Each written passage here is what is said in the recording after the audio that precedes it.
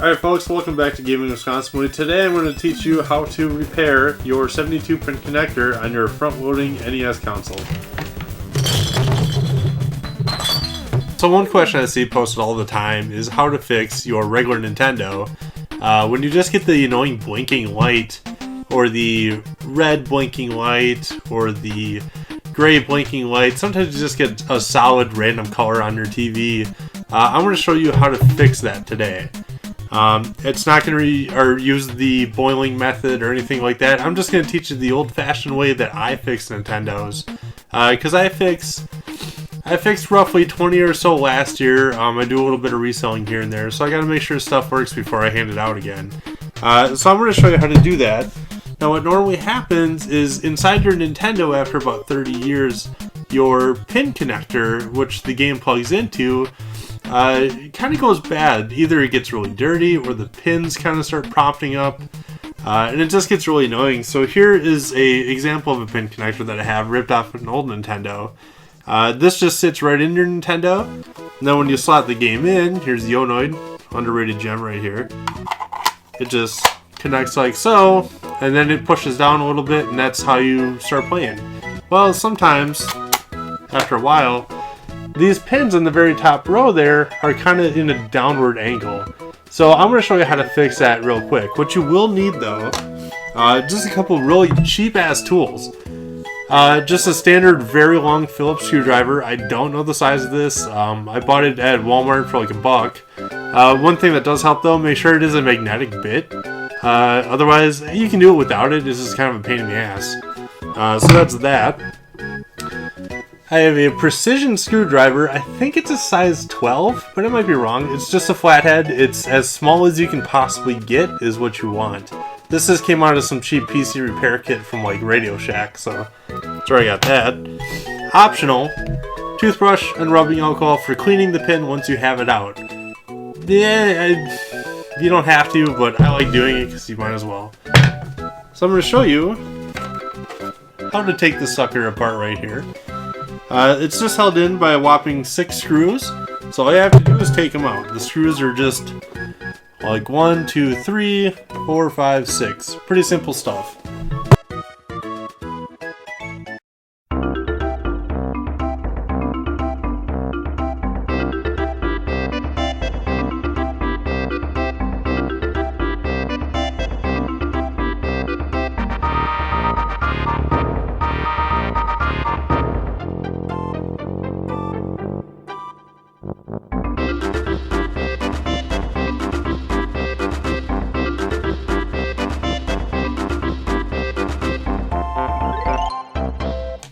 Alright, once you have your screws out, all you have to do is just lift the console right off the top. And you can set your top to the side right now. If your top is really dirty, right now is a super good time to throw that thing in a vat of like hot water and just clean it out real quick. You're not going to break anything. You can just straight up toss this in water. I throw it in like a hot tub with some OxyClean, just by my laundry, and it usually gets the stuff super clean. So that's definitely what you want to do. So what you're going to see right here, you just have a little old heat shield and a whole shit ton of screws holding this sucker in. You're basically going to remove every screw that you can see. It's all Phillips. Just use the same screwdriver that you just used to remove all these screws. I'll give a count right after this is done so you see how many there are. But first, just remove the heat shield. Step number 1. So the heat shield and the case screws are roughly the same. You don't have to worry about mixing these up. They're the same thing. I still like to keep my screws separate in separate piles, just a little bit easier.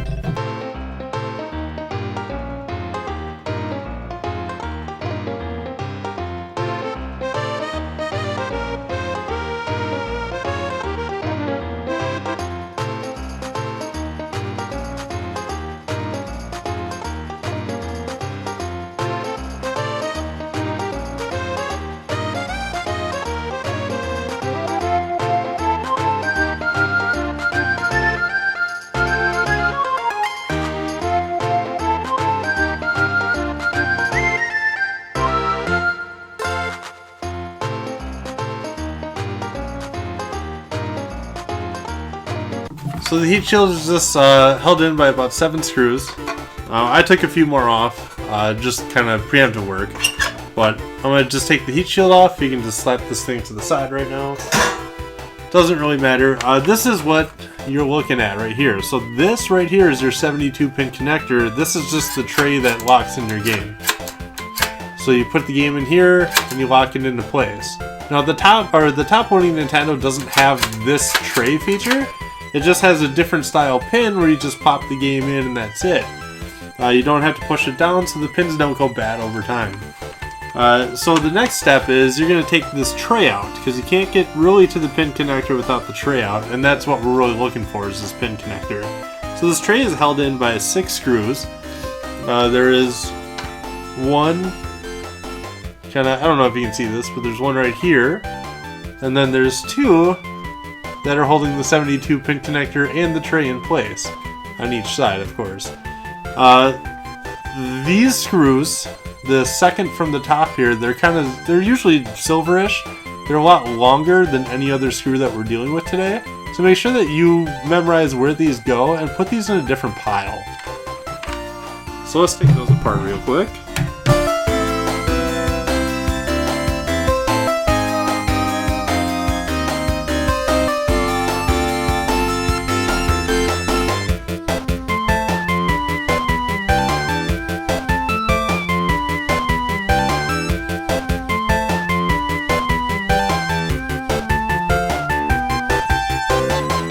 Alright, so now your tray's unscrewed from the board. This thing's kind of a bitch to take out, so I'll show you in a second how to do that. What you might have noticed before, I did remove some extra screws on this piece right here where the power and everything goes in. You don't have to do that. I guess I'm just kind of like used to it. I think it helps you lift up the board a little bit easier if you have these out. If you don't, this is real bitch to get out of here. So I just remove all the screws that hold the entire board into place. And you'll see that back in the previous part. So right now, just kind of do this how I'm going to do it. Just propped up the board, just kind of lift it out of place. And this tray right here, you just have to kind of fish out a little bit. Oh, I still got a screw in. I don't know how I did that. Oops. Huh? Don't do what I just did. Alright, now that I actually have all the screws out, sort of.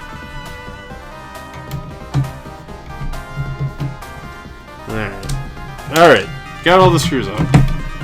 This tray, just pull it out. Pull it right towards you. It should plop right out.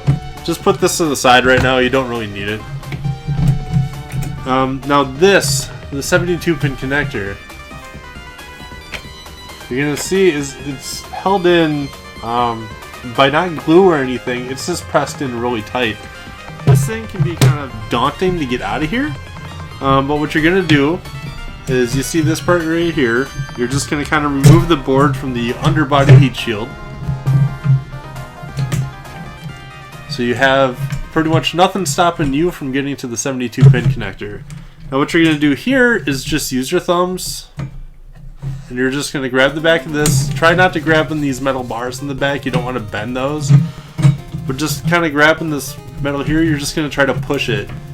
And yank it out a little bit. And it's kind of a bitch. It's kind of loud. But I got the 72 pin connector out. Sometimes, now right here, sometimes I'll go ahead and I'll use some rubbing alcohol just on this. Because this is old as shit. This has been connected for about 30 years. So you never know, like, if any dust or something got in here. Now is a good time to take a rag and some rubbing alcohol and just rub this strip right here. I'm not going to do that right now, but feel free to do that. So now you have your 72 pin connector. And this is when I will take the time right now to clean it with your rubbing alcohol that I mentioned earlier. So I'm going to take the rubbing alcohol. This is 91%. I'd get anything over 90. That's kind of just the general gist of it. I'm just going to throw this toothbrush. Obviously, it's not my toothbrush. It's one that I use to clean electronics.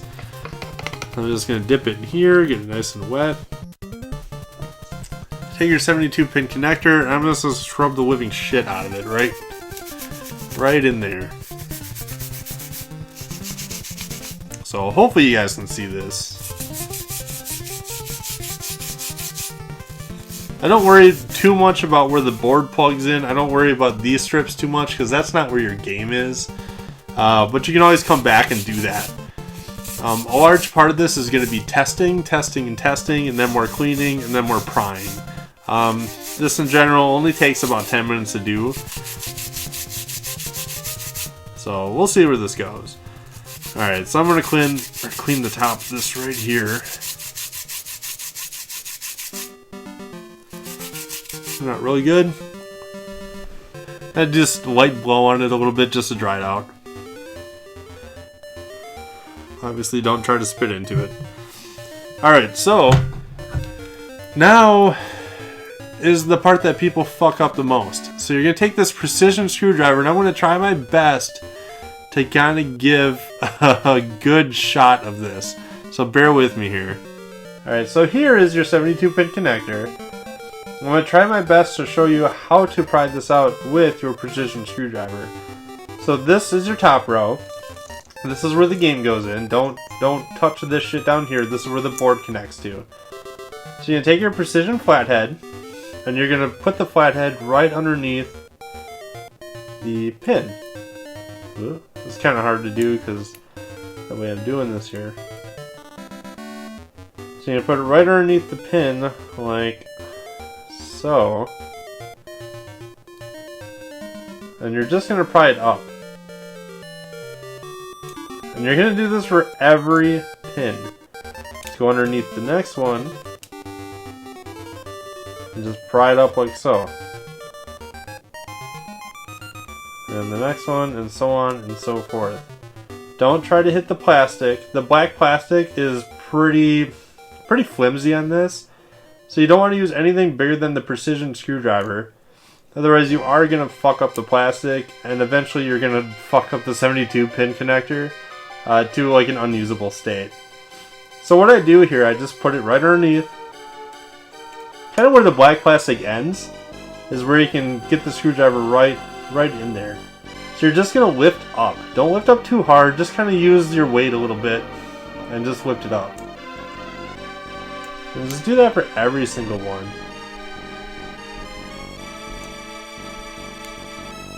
So this is kind of tedious and it's kind of hard to get used to. Make sure that you have a good screwdriver.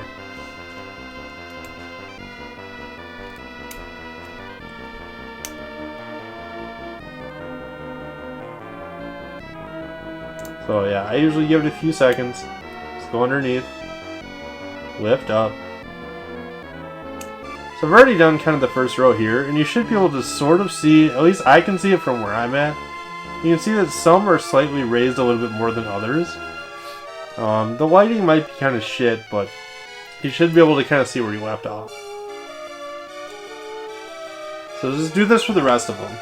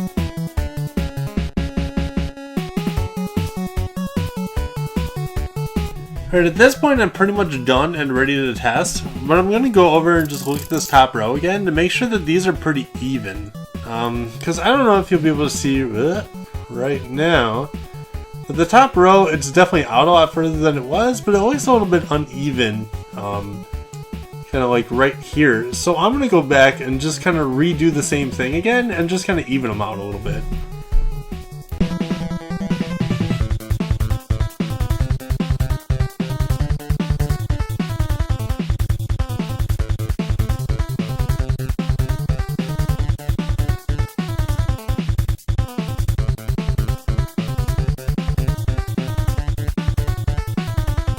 Alright, so now I'm pretty much ready to test. What I'm going to do is I'm just going to go over one more time with my toothbrush and rubbing alcohol, just in case any residue and shit came off of this and the plastic and all that garbage. So I'm just going to clean it up real quick.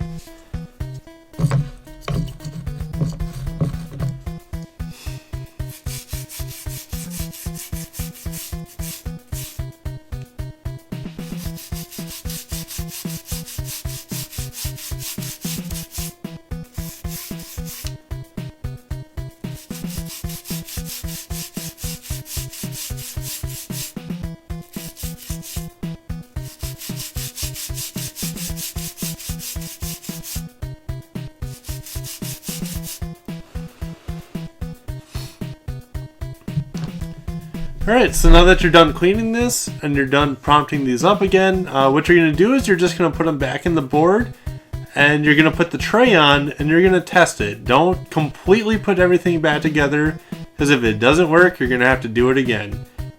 So here's how you do that real quick. This board is kind of a pain in the ass. You got to make sure the under shield is back on, which everything, it's pretty self-explanatory. I shouldn't have to explain this part, but it can be kind of a pain in the ass. There's no right or wrong way to do it. You just buckle up and get it done. These cords don't go in any particular place. You just kind of put it together however it lets you.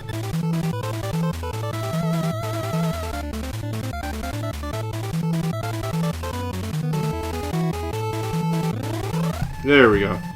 So yeah, no finesse involved, you just do it. So you're going to take your 72 pin connector and you're just straight up reversing what you did before. And this can be a pain in the ass, but you're going to lift the board back out just a little bit, just away from the heat shield, because you need a little bit of that room. And you're going to put, or again, the double-sided pins are the ones that go into the board. The single-sided ones up top are what go into the game. So these need to go back. So you're just going to line them up, and you're just going to basically take your fingers and just crunch with the board here. And it's going to sound like shit, but that's Nintendo for you. Make sure it's real tight to the board, which it appears to be. Sometimes you got to put the heat shield back on and put it back into place. Alright, it looks solid. Right now the 72 pin connector is back on the board. You're going to take your tray from earlier. You don't have to do this with the tray, but it's like, why the hell not? It takes an additional minute. The tray, okay, there's a trick to the tray. Right here, and I hope the lighting can see this, there's a little ridge that comes out. This has to go underneath the board. A lot of people, when they put this back together, just pop this right on top, and then this little thing just sits right on the board. And like your games will get kind of like stuck, and this won't work properly. It'll kind of bow out a little bit. I've done it plenty of times when I was first starting out, so now I know how to look out for it. So you're going to want to lift up the board a little bit. Line up this with the 72 pin connector and get that thing into place. And on the bottom here, you're going to just make sure that tab that I just showed you goes underneath the board. If it sits on top, it's not going to work very well, or it's just going to look like shit and feel like shit, so don't do that. So I got the tray lined up. I got everything I believe lined up here. Looks good. The tray goes down, which is something you should always test. This thing back in position here. There we go. So you're just gonna put the 4 tray screws back in. Sometimes I put all 6 back in, but just put some damn screws in.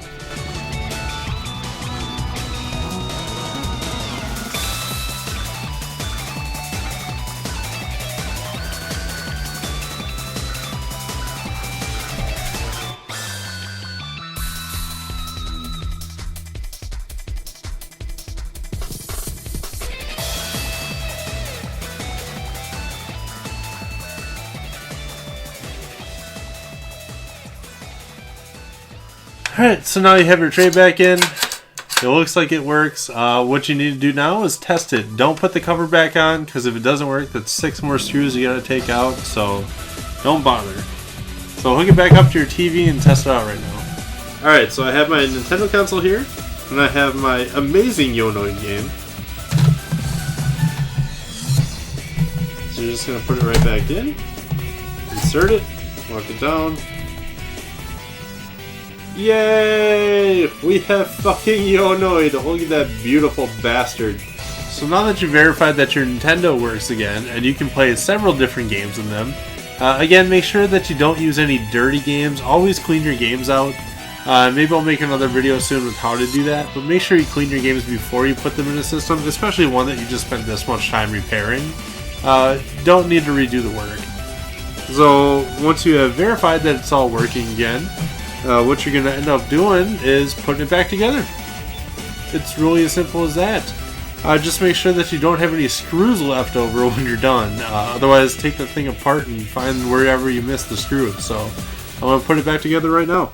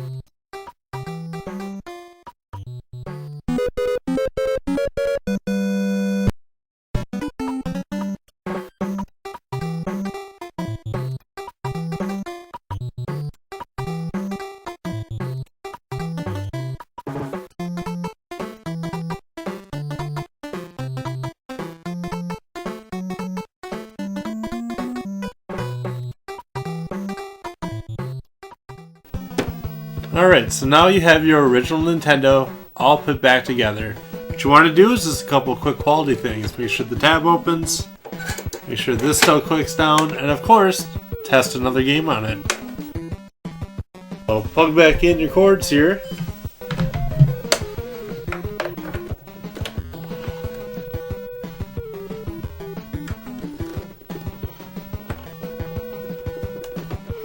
And test her out.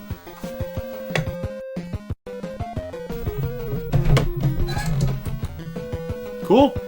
And it's working for me right now. As you can see, the red light's on my TV that you can't see. The big ass Noid is shaking his fist at me. So that is a fixed Nintendo console. So kind of just some closing thoughts. You can do this basically to any Nintendo console that you find out in the wild. A lot of them, that is just the issue. They just, like, I bought in several broken consoles where all I needed to do is just fix a 72-pin connector. There are a couple other different options. Like I mentioned before, there is the boiling method, and there's tons of videos on YouTube about how to do that. I've had pretty good success doing that, but I've had pretty much 100% success rate doing this as well. Sometimes you need to redo it a couple times. That's why I always say perfect it before you put everything back together. I have a hard time ever suggesting to get a replacement 72-pin connector. The reason being that most of them suck ass. There's a lot of just terrible quality ones out there. I've purchased two before. One I purchased for just like maybe $5 on Amazon. It just didn't work at all. Complete piece of garbage. I ended up throwing it away. And on Amazon, before I started doing this, I also bought one for about $14, and it worked really well for about a year and a half. And it did have a horrible death grip on it. What I mean by death grip is like, so the game would fit in like so, but you couldn't get it out. You had to like hulk up and just to try to get it out. Complete pain in the ass. And after a year, it just stopped working that well anyway. Sometimes when you do repair this too, and I'll just show you because I might as well just mention it. When you put the game in, and it's okay if it works this way. Sometimes it works great. I don't know if it'll work right now. That works just fine. Sometimes it works great if you don't press it down. And that is perfectly fine as well. So if you have a Nintendo where it just works better when the game is on an upright position, that's a-okay. So don't worry about it. You don't need to fix it at that point. Just deal with it. The lid still closes, so like, who gives a shit, you know? Go ahead, fix up some old consoles. Don't bother with replacement parts or anything like that.